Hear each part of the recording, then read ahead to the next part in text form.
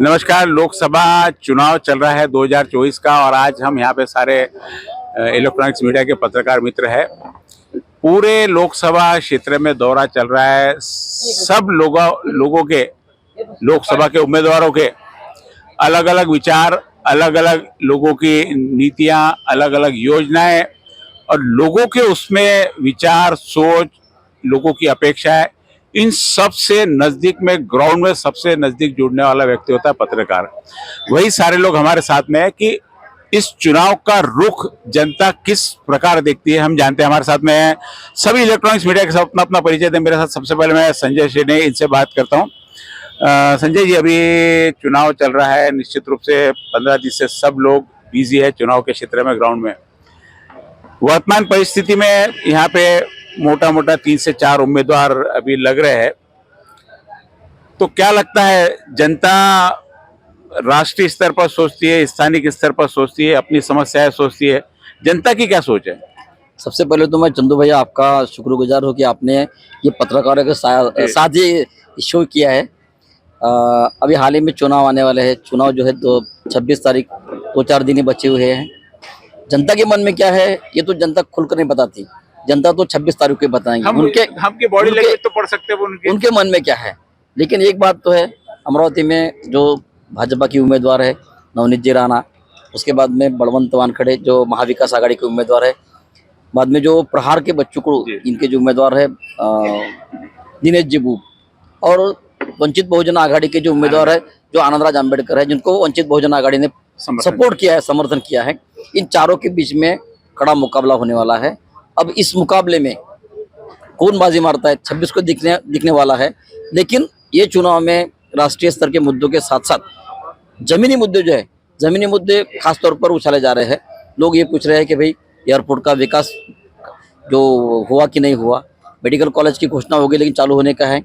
लेकिन उसके साथ साथ मेलघाट में जो मुद्दा जो है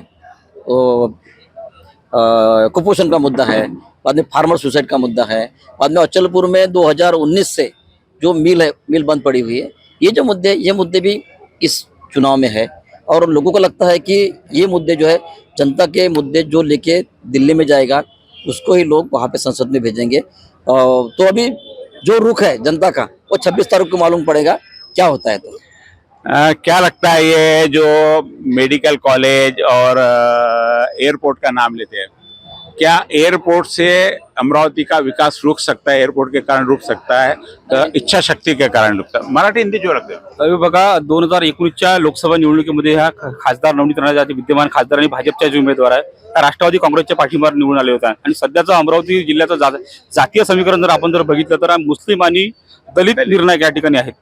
त्यामुळे जर पाहिलं मागच्या वेळेस नवनीत राणा या काँग्रेस राष्ट्रवादीच्या पाठिंबा होते, त्यामुळे दलित आणि मुस्लिम त्यांच्यासोबत मोठ्या संख्येने होते। मात्र यावेळी आपण जर बघितलं तर खासदार नवनीत राणा जे आहे, ज्या भारतीय जनता पार्टीच्या उमेदवार आहेत आणि कमळ चिन्हावर दलित आणि मुस्लिम लोक मत मारत नाही, हे वस्तुस्थिती आहे। मात्र आता जर पाहिलं तर आणि आपण जर 5-10 वर्षातले कार्यकर्ते आपण जर बघितले तर सुरुवातीच्या काळामध्ये आपण जर पाहिलं तर नवनीत राणा यांचे पती रवी राणा आहेत, त्यांनी भाजपच्या अनेक नेत्यांवर जे आहे ते तुफानाची टीका केली होती। प्रवीण पोटे जे आहेत ते पालकमंत्री होते, त्यांना बालकमंत्री म्हटलं होतं आणि त्यांचं कार्यालय फोडलं होतं। आणि तुषार भारती जे आहे ते खरे मावळे, आता बच्चूकडून काही वेळापूर्वी उल्लेख केला आहे की ते खरे मावळे आहे की त्यांनी जे आहे भाजपसोबत जाणं म्हणजे नवनीत राणाला पण पाठिंबा उघडपणे त्यांचा नाही, मात्र आतमध्ये त्यांची नेमकी काय भूमिका हे महत्त्व असणार आहे। आपण जर अमरावतीचं चित्र जर बघितलं तर 4 उमेदवार प्रमुख उमेदवार रिंगणात। आनंदराज आंबेडकरांची महत्त्वाची भूमिका आहे, प्रकाश आंबेडकरांचे ते छोटे बंधू आहेत त्यांची सुद्धा महत्त्वाची भूमिका आहे। मात्र खरंच दलित समाज आणि मुस्लिम समाज त्यांच्याकडे जातील का, हा एक महत्त्वाचा प्रश्न। मात्र आता जी आपण जर परिस्थिती बघितली, कालच जे आहे ते शैलेश गवळी जे आहे वंचितचे जिल्हाध्यक्ष, त्यांनी जे आहे जी राजीनाम्यातून महाविकास आघाडीच्या उमेदवाराला पाठिंबा होता। आणि ज्या प्रकारे जे आहे जे यशोमती ठाकूर यांनी बळवंत वानखडेच्या विजयासाठी पूर्णपणे वोट बांधलेली आहे।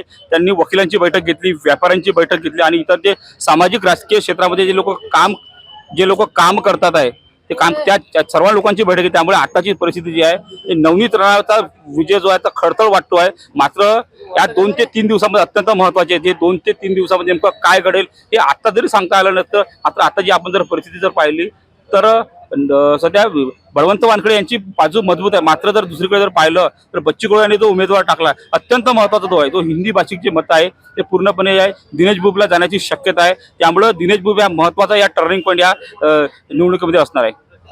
जातिगत समीकरण और विकास कितना एक दूसरे से संबंध रखते हैं? जातिगत समीकरण और विकास, अगर ये दोनों चीज़ें देखा जाए तो ये दोनों भिन्न चीज़ें हैं, इसका एक दूसरे से कोई लेना देना है नहीं। अगर इलेक्शन लड़ा जाता है तो जातिगत जो समीकरण होते हैं, मैं आपको मराठी में बोलना चाहूँगा, फिर मराठी में बहुत अच्छे से बोल पाऊंगा, वैसे हिंदी में भी मैं बहुत अच्छे से बोल पाता हूँ, लेकिन मैं तर जातिगत समीकरण आणि विकास ह्या ज्या दोन गोष्टी आहेत, प्रामुख्याने ह्या दोन्ही गोष्टी खूप भिन्न आहेत. दोनही गोष्टींवर जे आहे ती निवडणूक बोलल्याने फक्त लढल्या जाते, मात्र अस्तित्वात तशी निवडणूक लढल्या जात नाही. सर्वात महत्त्वाचा मुद्दा एक. आणि अमरावतीमध्ये जर पाहिलं तर अमरावतीत जातींचं जे समीकरण आहे, जातींच्या समीकरणामध्ये हे खूप वेगवेगळ्या प्रकारच्या जाती ज्या आहेत त्या अमरावतीमध्ये आहेत. पण तसं जर पाहिलं तर अमरावतीमध्ये दलित, मुस्लिम, आदिवासी, हिंदी भाषिक आणि मराठा कुणबी असतील किंवा मराठी असतील, हा जो काही फॅक्टर आहे हा खूप मोठा फॅक्टर आहे. आणि त्यानंतर जर पाहिलं तर ओबीसी मध्ये तेली आणि वाडी या दोन महत्त्वाच्या जाती ज्या आहेत त्या मोठ्या प्रमाणात इथं प्रभावी असल्याचं इथं सध्या अमरावती जिल्ह्यात पाहायला मिळतं. त्यामुळे सध्या जर पाहिलं तर अमरावती जिल्ह्यामध्ये दलित मुस्लिम जे आहे ते एक सर्वात महत्त्वाची गोष्ट, मी त्या पुढे बोलण्याच्या आधी एक गोष्ट मला सांगावं लागेल, कारण अमरावतीच्या इतिहासात रवी राणांना जे किमया 2019 मध्ये जमली होती ती आजपर्यंत कोणालाही जमलेली नव्हती. कारण रवी राणांकडे नॉट दलित, बौद्ध आणि मुस्लिम हे दोनही जे मतदार होते हे एक गट्टा त्यांनी त्यांच्याकडे बांधून ठेवले होते आणि त्यांच्यावर प्रचंड प्रमाणात विश्वास जो आहे तो रवी राणा यांच्यावरती दलित आणि मुस्लिमांनी केलेला होता, बौद्धांनी केलेला होता. आणि त्यामुळे याचा मोठा फायदा रवी राणांना जो आहे तो 2019च्या निवडणुकीत झाला. आणि नवनीत राणा त्यानंतर मोदींची लाट असून नवनीत राणा ज्या आहेत त्या निवडून आल्या होत्या आणि त्यांनी आपला विजय खेचला होता. पण आता जर पाहिलं तर आता रवी राणांची बदललेली भूमिका, नवनीत राणांनी संसदेत केलेले वेगवेगळे वक्तव्य आणि राणा दाम्पत्यांनी भाजपशी साधलेली जवळीक हे पाहता हा कुठेतरी जो समाज आहे तो रवी राणांपासून दूर गेल्याचं बोललं जातं. मात्र आमदार रवी राणा यांना 4 वेळा निवडणूक जिंकण्याचा, 3 वेळा स्वतः ते निवडणूक जिंकलेल्या आणि 1 वेळा नवनीत राणांसाठी ते निवडणूक जिंकलेल्या आहे. 4 वेळा निवडणूक जिंकण्याचा त्यांना अनुभव आहे आणि 1 वेळा नवनीत राणांसाठी ते निवडणूक हारलेले आहेत. म्हणजे असं एकूण वेळेस 5 निवडणुका ज्या आहेत ते लढण्याचा त्यांना अनुभव आहे. आणि त्यामुळे रवी राणांना जर पाहिलं तर रवी राणा हा खरंच अमरावती जिल्ह्यातला खरंच खूप शांत डोक्याने निवडणूक लढणारा राजकारणी आहे. रवी राणासारखा शांत डोक्याने निवडणूक लढणारा एकही माणूस सध्या तरी माझ्या नजरेत अमरावती जिल्ह्यात असल्याचं मला मी पाहत नाही. आणि त्यामुळं रवी राणांना 4 निवडणुका लढण्याचा अनुभव आहे. रवी राणा शेवटच्या क्षणी काय करेल हे खऱ्या अर्थानं पाहणं अचुक्याचं ठरणार आहे. कारण रवी राणांकडे ती जादू आहे, ती किमया आहे आणि ती जादू किमया ते कशा प्रकारे वापरतात, कधी वापरतात, कुठे वापरतात, केव्हा वापरतात याचा कोणालाही थांगपत्ता लागत नाही. कारण ते रवी राणा आहेत. याचं जर समजा गमक काय आहे ते त्यांनी लोकांना सांगितलं तर ते रवी राणांचं राजकारण संपून जाईल. काल जर आपण पाहिलं तर काल रवी राणांनी सर्व कुणबी, पाटील आणि मराठा या सर्व लोकांना एका स्टेजवर आणलं. रवी राणांनी एका भाषणात म्हटलं होतं, नवनीत राणांची तिकीट जाहीर व्हायच्या आधी म्हटलं होतं की जे नवनीत राणा विरोध करत आहे त्या सर्वांना मी एका स्टेजवर बसवीन आणि सर्वांना मी नवनीत राणांचा प्रचार करायला लावीन, असं ठणकावून रवी राणांनी सांगितलं होतं. आणि आत्ताही तेच झालेलं आहे. काल अजित पवारांची त्यांनी एक सभा घेतली. अजित पवारांची ती सभा बहुजनांचा मेळावा असं त्यांनी नाव दिलं. आणि त्या बहुजनांच्या मेळाव्यामध्ये जिल्ह्यातले जे मोठे बहुजन आहेत, जे बहुजन लोक ज्यांना मानतात त्या अशा सर्व लोकांना त्यांनी अक्षरशः स्टेजवर बसवलं, त्यांच्याकडनं भाषणं करून घेतली. नवनीत राणांना मतदान करण्याचं आश्वासन त्यांनी घेतलं. ते लोक काम करतील नाही करतील हा नंतरचा प्रश्न आहे. पण जे सर्वसामान्य बहुजन आहेत त्यांच्यामध्ये रवी राणांनी काल एक मोठा मेसेज दिलेला आहे आणि तो मोठा मेसेज सर्वसामान्य बहुजनांमध्ये गेल्याने आता नवनीत राणांना जी आहे ती एक वेगळी या निवडणुकीमध्ये एक वेगळी कलाटणी घेतलेली आहे. आणि त्यामुळे आता अजून पुढे 2-4 दिवस शिल्लक आहे आणि या 2-4 दिवसात काय करायचं हे रवी राणांकडून शिकण्यासारखं आहे. महाराष्ट्राने ते शिकण्यासारखं आहे. त्यामुळे आता रवी राणा नेमकं काय आपला पत्ता खोलतात हे आता खऱ्या अर्थानं पाहणं गरजेचं असणार आहे. बताया कि बहुत शांत स्वभाव का यहाँ पे रवि राणा का स्वभाव बताया कि एक शांति के दिमाग से सोचते हुए किस प्रकार कूटनीतिक उसमें रवी राणा मैं आता गेल्या 2016 पासून मी पत्रकारिता फुल फ्लेज मध्ये पत्रकारिता करतो. रवी राणांना मी 2016 पासून ओळखतो. रवी राणांच्या बाजूने असेल किंवा रवी राणांच्या विरोधात असेल अनेक बातम्या आम्ही केलेल्या आहेत. पण रवी राणांनी कधीही बातमी चुकीची केली किंवा बरोबर केली याच्यावरून त्यांनी कधीही कुठल्याही पत्रकारांसोबत वाद घातलेला नाहीये. आणि बातमी कशीही असो त्या बातमीला त्यांनी नेहमी हा रवी राणांचा गुण खरंच अमरावती जिल्ह्यातला सगळ्या राजकारण्यांनी तो गुण त्यांच्याकडनं घेतला पाहिजे. बातमी त्यांच्या सपोर्टमध्ये असो किंवा विरोधात असो त्यांनी त्या बातमीकडे नेहमी सकारात्मकतेनं पाहिलेला आहे. आणि त्याच्यामुळं त्यांनी जो इतरांसोबत असाच जो त्यांचा संपर्क ठेवला आहे हा त्यांचा खरंच खूप मोठा प्लस पॉइंट है. 15 साल का रवि राणा का सफर और उनके अनुभव जो 16 से अभी पत्रकारिता कर रहे हैं उसके बाद में उन्होंने बताया इसमें मैं एक बात जोड़ना चाहूंगा जो अभी अनिरुद्ध दवाड़े जी ने कही है कि हालांकि अभी जो राणा जिस तरीके से चल रहे हैं उनके साथ कई लोग जो है साथ नहीं है. महायुति में संजय खोड़के जी उनके लिए काम नहीं कर रहे. तुषार भारतीय भाजपा के नेता है, भारतीय जी काम नहीं कर रहे हैं. बच्चों कडू जो महायुतिया है और पहले से ही उन्होंने पहले ही अपना बेड़ा बस्तारा जो बाजू में लेके गए हैं उन्होंने देश को खड़ा किया है. तो ये जो परिस्थिति है 2019 में भी यही परिस्थिति थी. उन्होंने रवि राणा ने बताया है कि 2019 में कांग्रेस और राष्ट्रवादी का हालांकि उनको समर्थन था, लेकिन उनका ये कहना है कि कांग्रेस और राष्ट्रवादी कार्यकर्ताओं ने नेताओं ने खासकर नेताओं ने तब काम नहीं किया था. तो यही परिस्थिति आज भी है. आज भी कई भाजपा के नेता जो है काम नहीं कर रहे. कुछ भाजपा के नेता प्रवीण पोटे जैसे, अनिल बुंडे जैसे जो खुलकर सामने आए हैं, लेकिन कई नेता अभी भी कई नेताओं ने अभी पत्ते खोले नहीं है. आरोप यही है आदमी बदले सिर्फ. हाँ, तो रवि राणा का एक ही कहना है कि उस वक्त भी परिस्थिति वही थी, आज भी परिस्थिति वही है. लेकिन उनकी जो खुद की टीम है युवा स्वाभिमान की, वो टीम को लेके चल रहे हैं. उसके साथ साथ ही उनके साथ अभी भाजपा की जो टीम जुड़ गई है, इसमें से अभी किस तरीके से हल निकालते हैं तो ये आने वाले समय में मालूम पड़ेगा. आता जे शेंडे सरांनी एक महत्वाचा मुद्दा सांगितला, हीच सेम परिस्थिती 2019च्या निवडणुकीतही होती. आता रवी राणांसोबत भाजपमधले काही नेते जरी नसले तरी तेव्हा काँग्रेस आणि राष्ट्रवादीचे काही नेते नव्हते आणि तरीही त्यांनी विजय हा आपल्याकडे खेचून आणलेला होता. या निवडणुकीत ती पुनरावृत्ती ते करू शकतात का ये पाहणं खरं अर्थानं पिछले आप दोनों का है. लेकिन पिछले वक्त की यदि परिस्थिति देखी जाए नवनीत राणा की 2014 में चुनाव लड़ने के बाद में 5 साल लगातार संपर्क में रही और उसके बाद में कुछ, लेकिन तत्कालीन जो उस समय खासदार थे उनका बहुत विरोध था. इवन खुद की पार्टी में भी विरोध था. उनके विरोध के चलते भी नवनीत राणा को बहुत ज्यादा पिकअप मिल गया था उस समय, क्योंकि उनका विरोध नवनीत राणा वो उस समय आनंद अरसुल हारे थे क्योंकि उनकी 10 साल की कुछ कार्य ऐसा नहीं था कि लोग उनको वापस समर्थन करें. इवन सेना के भी कुछ लोगों ने उस समय उनसे नाराज थी और अमरावती की सेना को पूरा का पूरा खत्म करने का प्रयास उस टाइम खासदार ने किया था. इसलिए शायद नवनीत राणा उस समय पूरी इसके साथ में है, क्योंकि पिछले बार 1.5 लाख वोट से जीती और 36,000 ऐसे 2.25 लाख की गैप देके नवनीत राणा चुनकर आई थी. अभी उन्होंने कहा कि बात करते करते कि नवनीत राणा जो पिछले बार चुनी थी राष्ट्रवादी और कांग्रेस के समर्थन से आई थी, उसके बाद में इनका कहना है कि जिसके समर्थन से आई थी वो पार्टी छोड़ दी, उन लोगों को छोड़ दिया और दूसरे के साथ में उनको अभी आज भी देखिए पिछली बार जिनके खिलाफ लड़ी थी आज उन्हीं के साथ में लड़ रही थी. रवि राणा और नवनीत राणा का हम इतिहास देखे चुनाव लड़ने का, तो सबसे पहले रवि राणा जिनसे चुनाव लड़े थे राष्ट्रवादी के खिलाफ में, उसके बाद जिस राष्ट्रवादी के खिलाफ में लड़ रहे थे उसी राष्ट्रवादी को पार्टी से बाहर होना पड़ा और राष्ट्रवादी से टिकट नवनीत राणा की आई थी. वही परिस्थिति उसके बाद में राष्ट्रवादी चुनाव लड़के उसके अगले बार में फिर इनके समर्थन से आई, जिनके समर्थन से आई आज उनको छोड़ दिया, जिनके खिलाफ में आई थी आज उनके साथ में खड़े. तो इनकी ये परंपरा और उनकी जो कूटनीति जो बता रहे थे कि आखिर में क्या करेंगे, इन सारा करते यदि हम किसी कहीं से अपक्ष करके चुनते हैं, उनका जो स्टेटस था अपक्ष था और डेवलपमेंट के लिए किसी और के साथ में जुड़ते तो वो धोखा देने कैसे हो जाता है. देखो इसी को तो राजनीति कहते हैं. राजनीति में कब क्या होगा कुछ नहीं बोला जा सकता, क्योंकि राजनीति में ना कोई कायम तुम्हारा दोस्त होता है ना तुम्हारा दुश्मन होता है.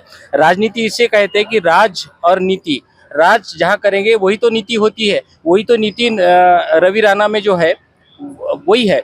क्योंकि इसमें खास बात ये देखा जाए तो ये जिला जो है ये सेकुलर जिला है। यहाँ पर हमेशा ही देखिए कि सेकुलर वोट यहाँ पर सबसे अधिक है। और साथ में ये होने के बावजूद भी यहाँ पर अब तक जो पिछले जो सांसद शिवसेना के चुनकर आ रहे थे वो तो हिंदूवादी थे ना। आखिर उनको भी ये लग रहा है कि यहाँ पर जो वोटर्स है वो सेकुलर है जरूर, लेकिन चेहरा उनको हिंदुत्व वाला चाहिए। इसीलिए तो शिवसेना के 4 बार यहाँ पर सांसद चुनकर 5 बार सांसद चुनकर आए थे।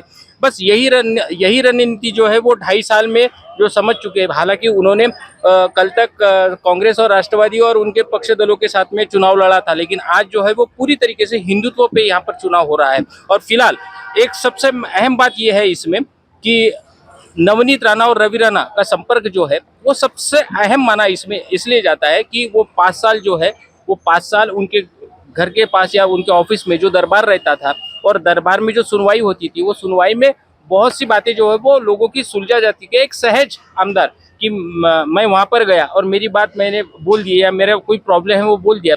तो जहाँ तक मैं समझता हूँ, मैं लगभग 4 साल से ये अमरावती के राजनीति को देख रहा हूँ, तो उनमें यही है कि आने वाला जो वो व्यक्ति है जिसमें 100 व्यक्ति अगर आते हैं तो लगभग 60 से 70 व्यक्ति जो है वो उनके काम सुलझ कर ही वहाँ से जाते हैं। और यही जो बातें हैं ये रवि राणा में है। रवि राणा जो है वो जैसा अनिरुद्ध ने बोला कि बहुत शांतिपूर्वक यानी शांति दिमाग से, और राजनीति में यही होता है। राजनेता किसे कहा जाता है कि वो अपने ऊपर जो भी बातें हैं वो लालचन हो या कुछ भी वो झेल जाता है, लेकिन उसको पचा लेता है, रिएक्ट करे तो वो तुम राजनेता नहीं हो सकते। राजनेता की एक खास बात यही होती है कि लोगों के एक मुंह नहीं रहते, बोलने वाले 1000 रहते, लेकिन अपने को उसमें से क्या लेना है और क्या नहीं लेना है यही राजनेता को समझने जाए वो गुण जो है वो रवि राणा में है। हालांकि नवनीत भाभी में थोड़ा 19-20 ये बातें होती है, लेकिन रवि राणा जी है वो एक मुसद्दी राजकारणी जिसे सुलझा हुआ हाँ एक। लेकिन इसमें एक बात है कि पिछले वक्त जिस तरीके से उनका चुनाव था वो चुनाव बहुत ज़्यादा आसान नहीं था, और इस वक्त भी बहुत ज़्यादा आसान भी नहीं है। ऐसा भी है क्योंकि यहाँ सीधे सीधे है कि कल तक उनके पास में जो एक गट्ठा मतदान था दलित और मुस्लिम का, वो लगभग यहाँ से उनके खसक गया है। लेकिन उसमें भी गया ना, लेकिन दूसरा हिंदुत्ववादी जो है तो दूसरा जुड़ गया। मैं वही बोला ना, राजनीति में कोई हमेशा के लिए किसी का दोस्त और दुश्मन नहीं होता। तो राजनेता ये तो अब वो चुनाव लड़ रहे हैं तो अपन तो ये तो चर्चा कर रहे हैं, अब वो चुनाव लड़ रहे तो उन्होंने पहले तो ये सबकी प्लानिंग करे। कोई चुनाव कुछ कल आ रहा और परसों लड़ रहे ऐसी बात नहीं होता। चुनाव जो है वो चुनकर आने के बाद में, हार के आने के बाद में फिर से शून्य यानी 0 से वहां से शुरू करना पड़ता है। रवि राणा ने वही बात की है और उनका जो यहाँ के मतदाताओं से जो जनसंपर्क है वो उन्होंने टूटने नहीं दिया, और यही उनकी एक खासियत रही है। और उनकी ये एक पॉजिटिव बात जो है वो रवि राणा की यहाँ पर दिखाई देती है। और हालांकि उनके पास जो कल तक नहीं थे वो आज है, और जो कल नहीं थे वो आज है यानी देखिए बैलेंस आज भी वो इसमें संभल कर चल रहे हैं कि कल 19 थे और आज 19 नहीं है तो दूसरे 19 जुड़ गए।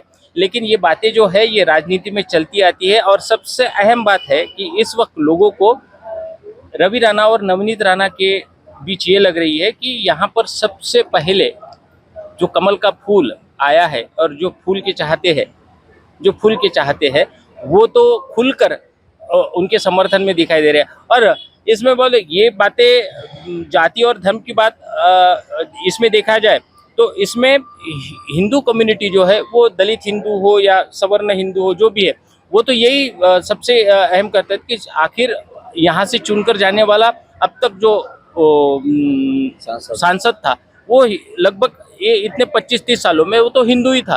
तो इस वक्त से यहाँ पर ये राजनीति जो है वो हिंदुत्व की राजनीति की ओर ज़्यादा जाती दिखाई दे रही है। लेकिन आने वाला समय बताएगा इसमें क्या होता है। हिंदुत्व की राजनीति और जो उम्मीदवार है उसके विकास का कार्य, उसका जनसंपर्क, बहुत सारी चीजों पर निर्भर करता है। हम यहाँ देख रहे हैं कि आज हम सब नवनीत राणा की बात कर रहे हैं, लेकिन आज हम देख रहे हैं कि उसके बावजूद नवनीत राणा का सब तरफ से विरोध रहा। राजनीतिक विरोध है, जनता में विरोध नहीं है, लेकिन राजनेता सारे विरोध किए, क्योंकि जिनके साथ थे वो भी विरोध में गए और जिनके साथ में गए वो भी विरोध हो रहे। तो क्या 5 साल का जनसंपर्क, जैसा भी बता रहे थे कि 5 साल का लगातार जनसंपर्क रहा, उसके पहले भी 5 साल का जनसंपर्क रहा और उस जनसंपर्क के कारण वो चुनकर आई। अभी यदि 5 साल का जनसंपर्क और कार्य और उसके साथ में विकास का कार्य देखे और जातिगत राजनीति देखे तो कहीं तो भी बैलेंस बिगड़ता हुआ देखा। हालांकि हम सारे बैलेंस की बात कर रहे हैं, लेकिन बैलेंस की जिसने काम किया और जो 5 साल संपर्क, विकास या संपर्क, दो उम्मीदवार यहाँ पे इसलिए हारे 1989 में उषाताई चौधरी कि 10 साल में जनता ने उनको देखा नहीं था और सुदाम काको को उस समय चुन के दिया। पिछली बार 2019 में आनंद राव अरसुल इसलिए हारे कि उन्होंने जनता के संपर्क में नहीं रखा।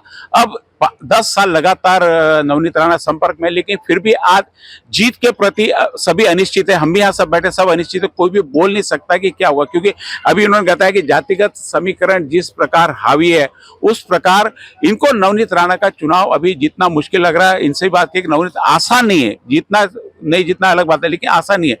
हम जानना चाहेंगे कि क्या विकास और जनसंपर्क दोनों में क्या महत्वपूर्ण होना चाहिए चुनाव में रहने के लिए? देखो, अगर उम्मीदवार चुन के देना है तो खास तौर पे विकास का मुद्दा और जो जो सांसद ने काम किया है वो विकास के मुद्दों को लेकर ही जनता ने चुनाव मद्देनजर रखते हुए जो लोक प्रतिनिधि चुन के देना है वो देना चाहिए। और अगर कुछ काम की बातें कहे तो नवनीत राणा ने भी जो एयरपोर्ट का काम है वो आखिर तक लेके गए हैं, चालू नहीं हुआ, लेकिन बड़े पैमाने पे उन्होंने उसके लिए निधि लाया है, लेकिन वो चालू नहीं हो पाया। लेकिन जो रेलवे के जो मुद्दा थे, एक दो जो गाड़ियाँ थी, ट्रेन थी, जैसा कि एक नागपुर से मुंबई जाने वाली जो गाड़ी थी उसके लिए नागपुर में स्टॉप दिया, अमरावती दुरंतो का स्टॉप दिया अमरावती में। उसके बाद में मेडिकल कॉलेज के लिए भी वो तो राज्य का मुद्दा था, लेकिन उसके लिए सभी नेताओं ने किया। लेकिन मुझे लगता है कि लोगों ने जिस तरीके से कोई भी उम्मीदवार अगर चुन के देना है तो जनसंपर्क के साथ साथ जनसंपर्क तो जरूरी है, क्योंकि अगर तुम विकास की बातें करेंगे और जनता के साथ आपका जुड़ाव नहीं रहेगा, अगर जनता से जुड़े नहीं रहेंगे तो लोगों कहीं तो भी कम्युनिकेशन गैप हो जाती है। दोनों जो मुद्दे हैं दोनों मुद्दे साथ में रखना चाहिए, लेकिन विकास के साथ में जनसंपर्क चाहिए। अब विकास वही करेगा जो पद पे है। अब जो पद पे यदि उसी के विकास का कार्य दिखाए तो नए आदमी को कैसे मौका मिलेगा?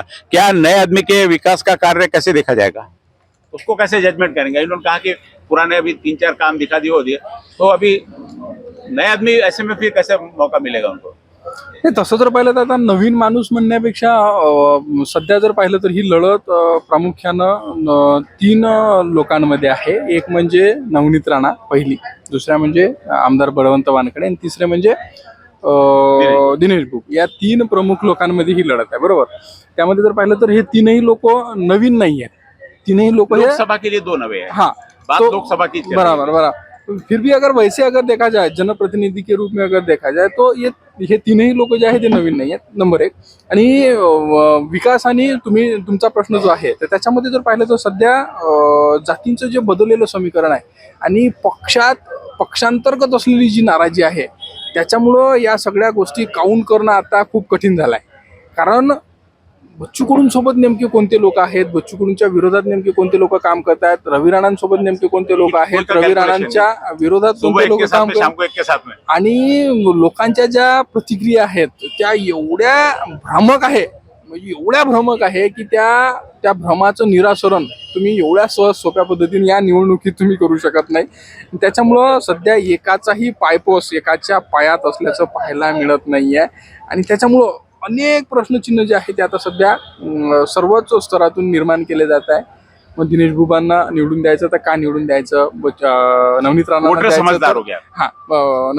द्यायचं तर का द्यायचं, किंवा बळवंत वानखडेंना मतदान करायचं तर काय करायचं। आता खऱ्या अर्थानं ही जी निवडणूक आहे म्हणजे जी आपण हिंदीमध्ये एक म्हण कत्तल की रात है, तो कत्तल की रात नजदीक है तो वो कत्तल की रात में आखिर क्या होता है और वो कत्ल की रात में किसका कत्ल होता है, जिसका दम रह गया बढ़िया। आपने पहले सारा बताया कि जातिगत समीकरण के आधार पर किस प्रकार पिछली बार नवनीत राणा ने चुन के आएगी और इस प्रकार किस प्रकार उसका पड़ रहा भारी पड़ गया। जनसंपर्क और विकास और जातिगत समीकरण, इसमें आज यहाँ पे जातिगत समीकरण हावी हो रहा है। तो क्या ये विकास के लिए सही है? हे बघा 2014ची जी निवडणूक झाली, नवनीत राणा यांचा पराभव झाला. 2014च्या निवडणुकीपासून म्हणजे सतत त्यांना नवनीत राणा ह्या लोकांच्या संपर्कात आले. नवनीत राणांचा संपर्क इतका आहे की मेळघाटच्या शेवटच्या गावापर्यंत जे आहे त्या नवनीत राणा या पोहोचल्या होत्या. आणि आता जर आपण जर पाहिलं तर अमरावतीचा प्रामुख्याचा जो मुद्दा आहे MIDCचा तो MIDCचा जो महत्वाचा विषय तर रोजगारांची हमी दिली होती, मात्र तिथं अद्यापर्यंत लोकांना रोजगार मिळाला नाही. आता जो टेक्सटाईल पार्क जो होणार आहे देशातला, जो देशामध्ये 60 टेक्सटाईल मंजूर झाले, त्यामध्ये बाकी महाराष्ट्रापैकी एक नांदगाव पेठमध्ये होणार आहे. मागच्या वेळेस पाहिलं दिवाळीमध्ये जर पाहिलं तर पंतप्रधान नरेंद्र मोदी याचं उद्घाटन करील असं नवनीत राणांनी म्हटलं होतं, मात्र ते झालं नाही. आणि मार्चमध्ये जे आहे ते म्हणजे लोकसभेची आचारसंहिता लागायच्या पूर्वी जे आहे जे अमरावतीच्या विमानतळाचं जे आहे ते भूमिपूजन करून विमानतळ चालू करू असं आश्वासन, मात्र ते दोनही गोष्टी या ठिकाणी झालेल्या नाही. मात्र आता जर आपण जर पाहिलं तर विकासाच्या मुद्द्यावर जे आहे निवडणूक कुठल्या प्रकारे होत नाही असं या ठिकाणी दिसून येते. फक्त जे आहे ते बच्चू कडू जे आहे ते सातत्याने जे आहे ते विकासाच्या मुद्दे गोष्टी करत आहे, शेतकऱ्यांच्या गोष्टी करत आहे.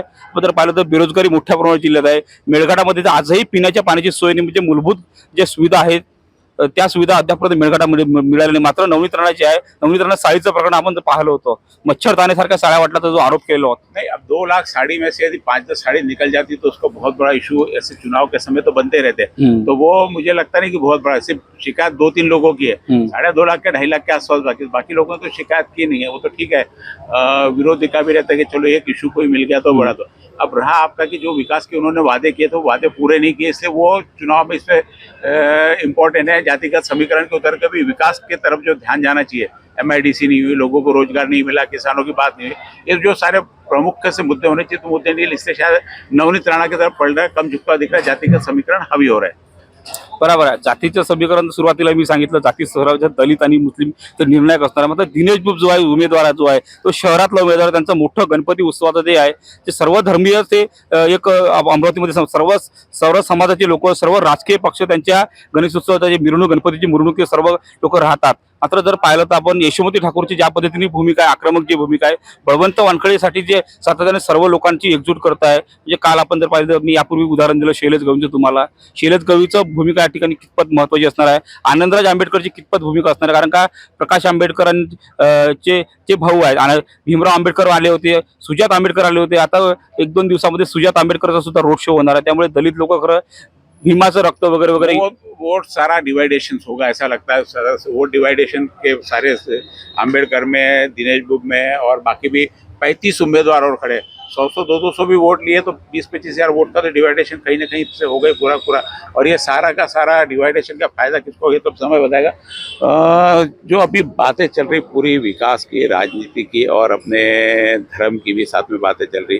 श्री राम मंदिर का भी मुद्दा, 370 का भी मुद्दा है, केंद्रीय मुद्दे भी है. केंद्र के साथ में स्थानीय मुद्दे में किसान की आत्महत्या और किसानों की परेशानी अपने बहुत मुद्दे.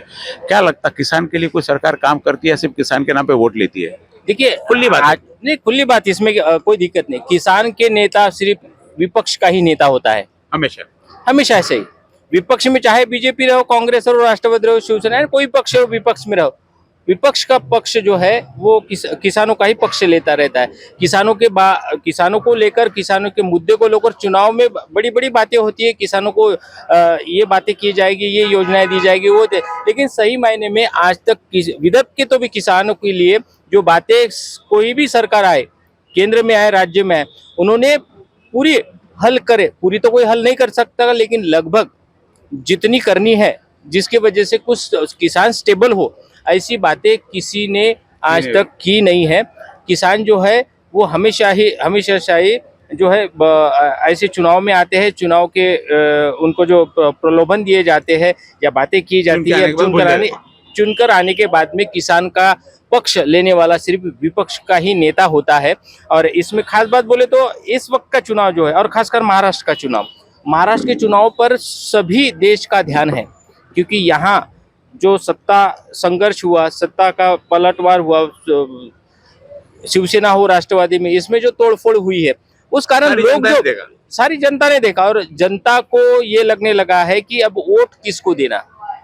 अगर इसको कल हम ये करके सुन के ये हमारा काम करेगा तो, लेकिन जो विचारों से, आखिर चुनाव में और पक्ष में क्या होता है, विचारधारा होती है. वोटर क्या करता है, वोटर भी जब वोट डालता है तो तब अपनी एक विचारधारा की ये उम्मीदवार जो है वो अपने विचारधारा का है।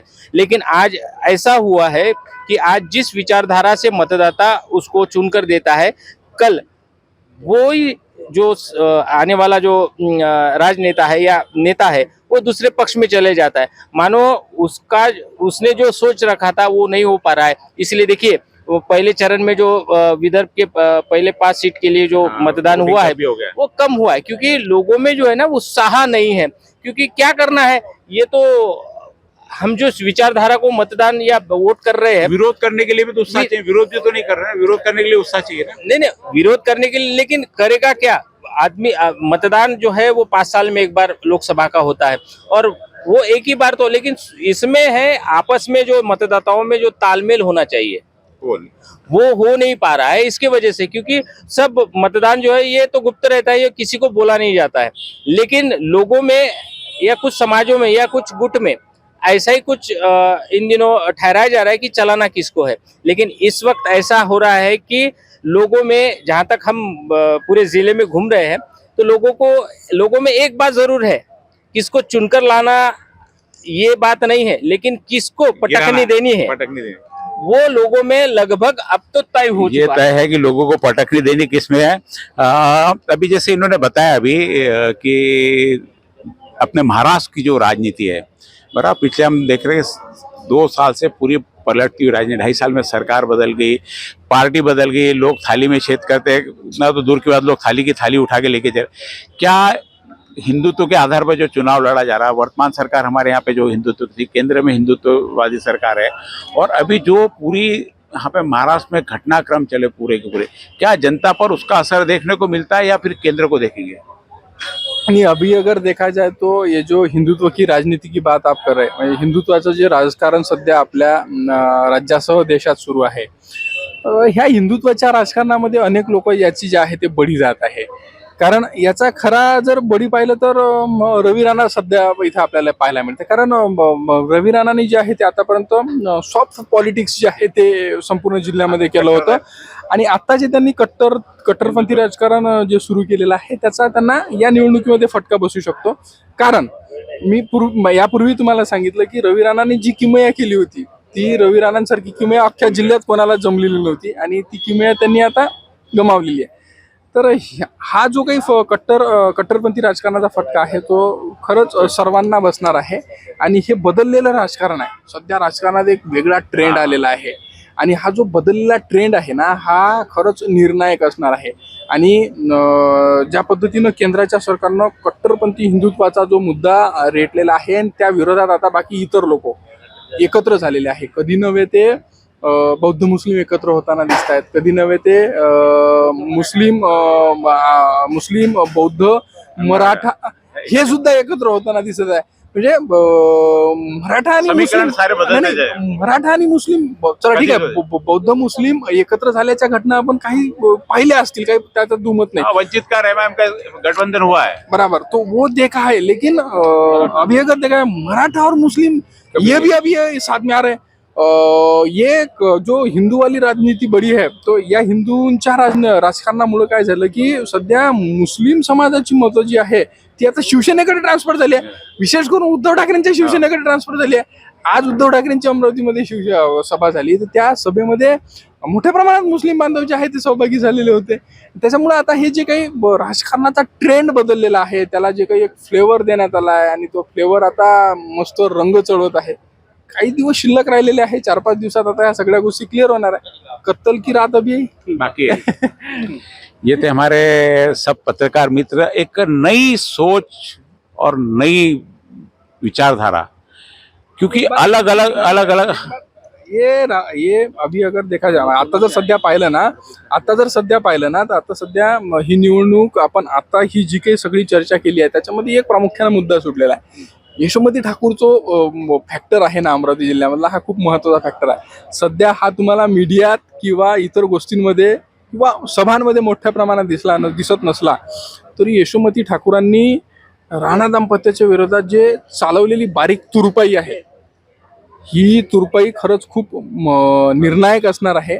आणि सध्याच्या यशोमती ठाकूर शांतपणे म्हणजे त्यांचा जो ॲग्रेसिव्ह स्वभाव आहे त्या स्वभावाला त्यांनी या निवडणुकीमध्ये खूप मोठ्या प्रमाणात तिलांजली दिलेली आहे आणि ती तिलांजली त्यांनी दिल्यामुळं आता त्यांना या निवडणुकीत त्यांच्या याचा सगळ्याचा कसा फायदा होतो आणि बच्चू कडूंनी घेतलेल्या ॲग्रेसिव्ह भूमिकेचा राणा दाम्पत्याला कसा तोटा होतो हेही पाहणं या निमित्तानं खऱ्या अर्थानं सुख्याचं ठरणार आहे.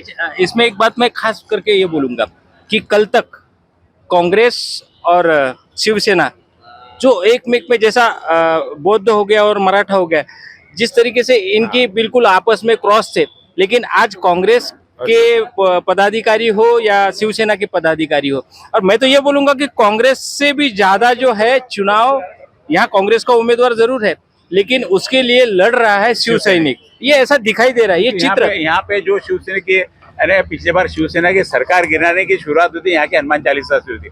यहाँ से जो हनुमान चालीसा शिवाजी पुतले का मतलब वो पूरे महाराष्ट्र में, पूरे देश में गुंजा और आखिर में सरकार गंवाकर उनको ये मुद्दा वहां तक पहुंचा था। देखिए, इस वक्त का चुनाव जो है, मैंने पहले भी बोला कि पूरा देश महाराष्ट्र के चुनाव को देख रहा है, क्योंकि महाराष्ट्र में ही जो नहीं होने वाला था वो 2.5 साल पहले हुआ, 5 साल पहले हुआ लगभग, कि कभी ये नहीं सोचा होगा, हम भी आप भी पत्रकार हो, आपने भी नहीं सोचा होगा कि कभी कांग्रेस और शिवसेना एक साथ बैठेंगे, ठीक है ना। वो बाला साहब की एक बात याद आती कि हम कांग्रेस के साथ जाएंगे उस दिन दुकान, लेकिन आखिर कैसे, मैंने वही बोला कि राजनीति में कब क्या होगा, और यही बात जो है, यही समीकरण जो है, ये समीकरण को लेकर पूरा देश, पूरे महाराष्ट्र में ये देख रहा है कि अभी इस चुनाव में जो है किसको कितने मिलते हैं और किसने कितना दम है। क्योंकि देखिए, अब महाराष्ट्र का जो चुनाव इस वक्त का है, ये जाति और जाति राजकारण से या सेकुलर या धर्मवादी या हिंदुत्व, इसको लेकर बहुत ही हटके, इससे भी ऊपर उठकर ये बात, ये राजनीति यहाँ पर होगी।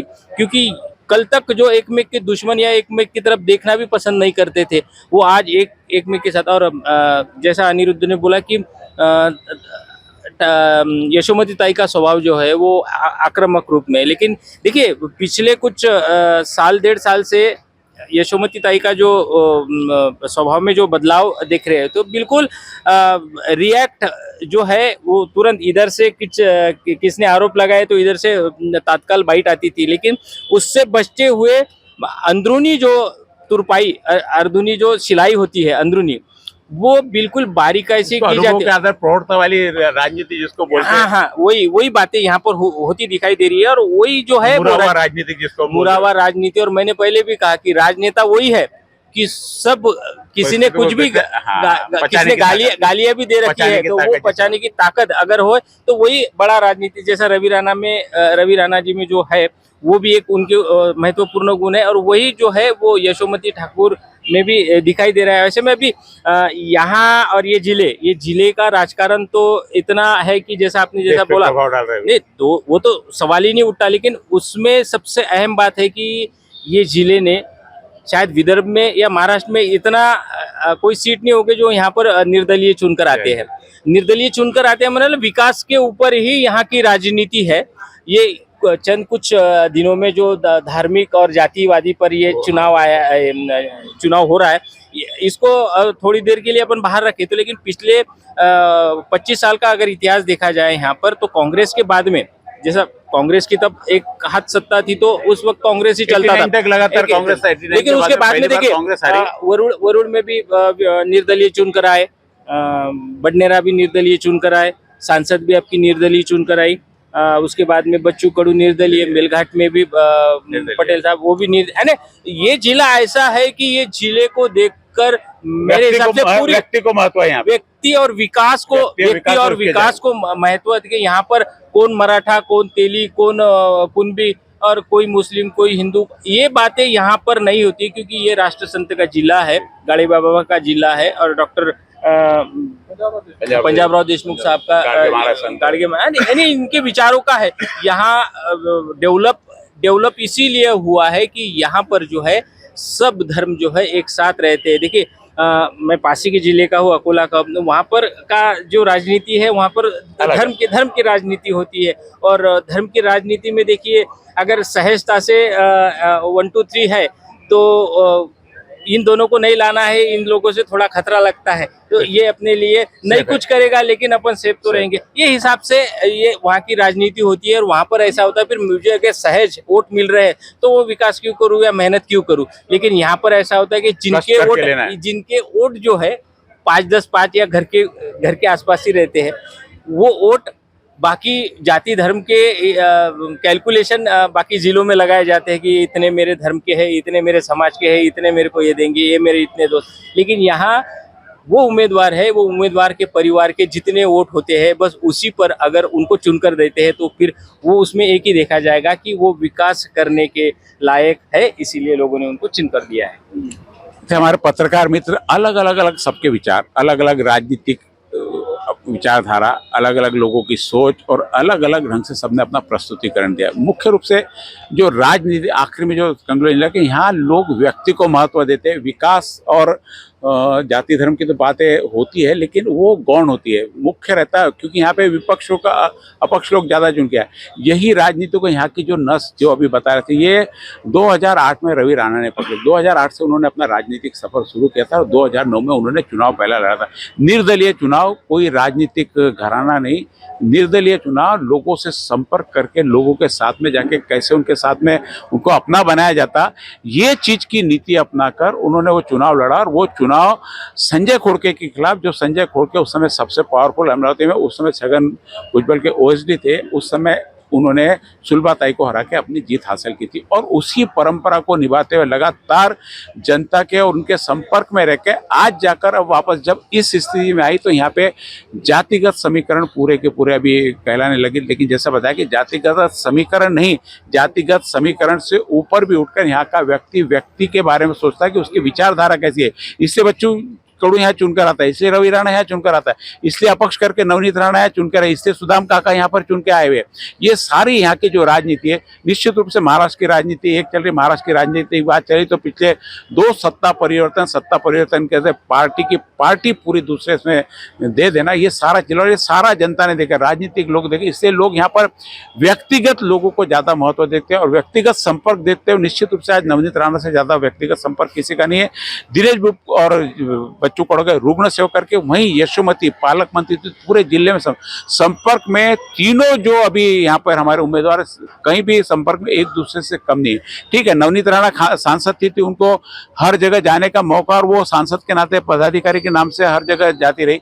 इनके पास अपने पास रुग्ण सेवक है, रुग्ण सेवा बच्चों को पास में पद था, तो ये संपर्क में कहीं पे भी कम नहीं। अब है कि जनता किसको चुनती, क्या जातिगत समीकरण हावी होते हैं या लोगों का संपर्क हावी होता है या विकास का मुद्दा रहता है या देश की राजनीति है, महाराष्ट्र के बहुत सारे मुद्दे यहाँ पर सोचने को। एक मुद्दे पे यहाँ पे चुनाव नहीं होना, हर मुद्दा सोचो तो हर दूसरा व्यक्ति जीतता हुआ दिखता है। या तीनों लोग अभी चुनाव के रेस में, तीनों को लगता है कि ये जीतेगा, इसको ये मिला तो ये जीतेगा, इसका यदि पड़ रहा इधर भाड़ी रहा, ये ग्रुप पूरा का पूरा देखेगा तो ये जीतेगा। ऐसी तमाम चर्चा यहाँ पे चलो। यहाँ पे भी हमने अभी पत्रकार मित्रों से चर्चा थी, कहीं भी कोई भी किसी भी एक पे जाके नहीं रुक रहा कि भाई नवनीत राहिणी चुन के आएंगे, पंजाही चुन के आएंगे, दिनेश गुप्ता चुन के आए। तीनों की अभी स्थिति समान है। अब समान स्थिति में जैसा बताया कि आखिरी की रात, आखिरी के 3 दिन पूरे राजनीति के लिए बहुत मतलब, क्योंकि 3 दिन में जो अपनी बाजी मार गया वो बाजी मार गया। और बाजी मारने में निश्चित रूप से रवि राणा से आगे बाजी मारने में कोई, लेकिन इस बार यशोमती ठाकुर नाम के सामने जैसे बताया कि अभी 1.5 साल में जो एग्रेसिव एकदम यानी ठाकुर वाली जो राजनीति रहती थी वो उतनी एग्रेसिव रहती थी, लेकिन अभी 1.5-2 साल में पूरी शांति से सबको समझ के और समझा कर राजनीति के, तो कहीं पे भी बहुत आसान रहा तीनों के लिए। तीनों को बहुत मेहनत करनी है। अब देखते हैं कि आने वाला 26 तारीख को किस प्रकार वोटिंग होता है। वोटिंग कम हुआ तो निश्चित रूप से कम वोटिंग का सत्तारूढ़ को फर्क पड़ेगा और ज़्यादा जैसे जैसे वोटिंग बढ़ते जाएगी सत्तारूढ़ के पक्ष में होते जाएगी। अब 26 तारीख को बहुत कुछ एक अंदाज निकल सकता है कि कौन चुनकर आ सकता है। बाकी तो 4 तारीख तक आपको इंतजार करना पड़ेगा। धन्यवाद।